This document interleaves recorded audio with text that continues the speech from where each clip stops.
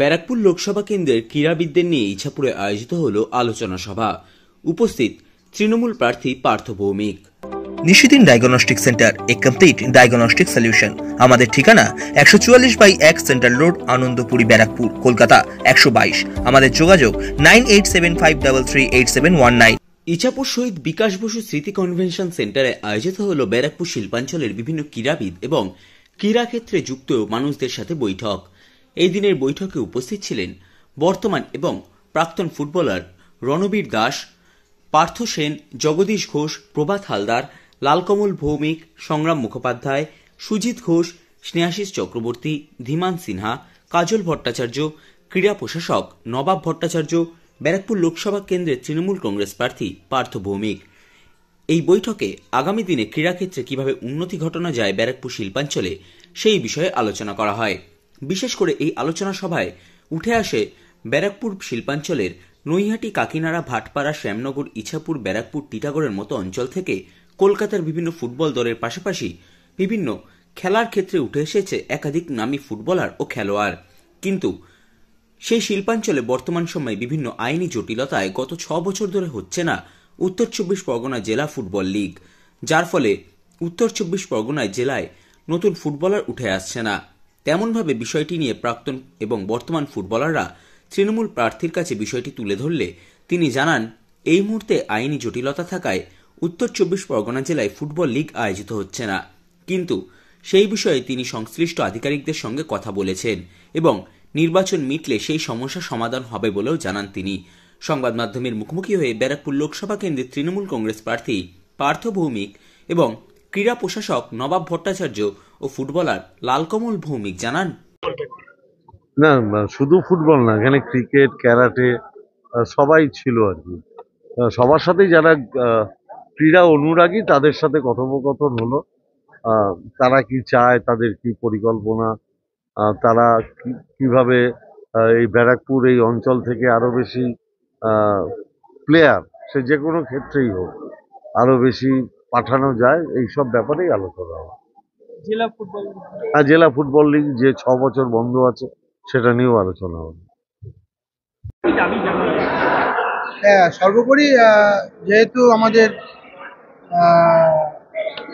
পার্থবাবু আমাদের ডেকেছিলেন যে যাতে ডিস্ট্রিক্ট লিগটা চালনা আবার শুরু করা যায়, তো এটা হলে যেভাবে আমরা খেলে বড় হয়েছি আগামী দিনে অনেক প্লেয়ার আমরা পাবো এখান থেকে। ডিস্ট্রিক্ট ফুটবলটা বন্ধ হয়ে যাওয়াতে যা ক্ষতি এই গত 5 বছর হয়েছে, আবার যদি পুনরায় শুরু করা যায় তাহলে আমরা আশা করি আমরা অনেক প্লেয়ার আবার কলকাতার মাঠে পাবো। অবশ্যই আমাদের পার্থবাবু তো বললেন যে আমি চেষ্টা করছি যত তাড়াতাড়ি সম্ভব সবার সাথে বসে কথাবার্তা বলে, এক পোস্ট আলোচনা হয়েছে কিছু সিনিয়র প্লেয়ারের সাথে, তো এরপরে আবার বসবেন আমাদের সাথে বলেছেন।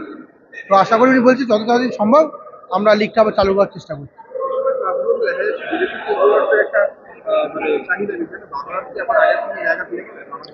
অবশ্যই, কেন পাবে না? আপনার যখনই বেশি সংখ্যক প্লেয়াররা খেলবে ন্যাচারালি আবার আমাদের বাংলাদেশিরা জায়গা পাবে।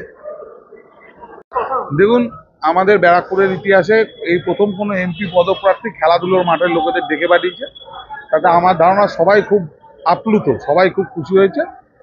আরও যদি কেউ ডেকে পাঠায় সেখানেও সবাই যাবে, নিশ্চয়ই যাবে। কিন্তু যেটা ব্যাপার যে এখানকার বেশিরভাগ লোকের, ফুটবলের লোকেদের বিরাট ক্ষোভ হচ্ছে যে 6 বছর ধরে জেলা লিগ হয় না। আমরা ডিস্ট্রিক্ট সেক্রেটারিকেও আসার কথা ছিল আজকে, ডিস্ট্রিক্ট সেক্রেটারি এবং প্রেসিডেন্টের। এই মুহূর্তে নির্বাচন নিয়ে সবাই ব্যস্ত আছে, তাই আমি বেশি কিছু আশা করছি না। তবে আমার ধারণা নির্বাচন মিটে গেলে এই ব্যাপারে একটা সদর্থক পদক্ষেপ হবে এবং অবিলম্বে জেলা লিগ শুরু হবে।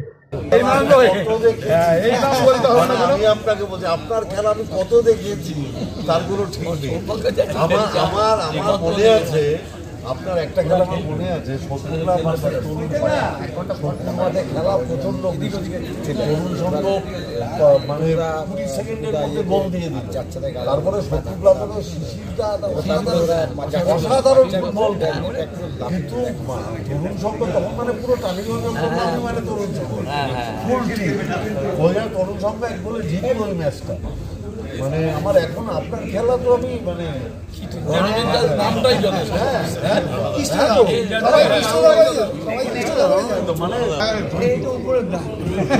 না না, রণবীর তো ইস্ট বেঙ্গলের এগেনস্টে হলে বেশি ভালো খেলতো।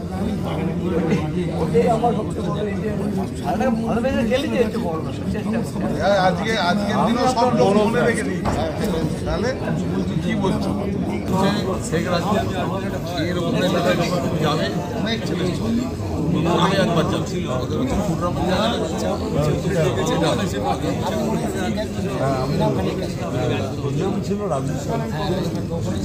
এখানে আমাদের মেন প্লেয়ার হচ্ছে এটা শেখ রাজু।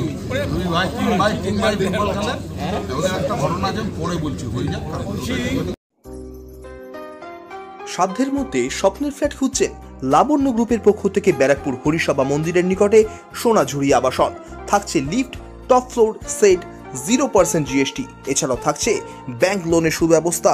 ফ্ল্যাট বুকিং চলছে। আমাদের যোগাযোগ 7278 200 456।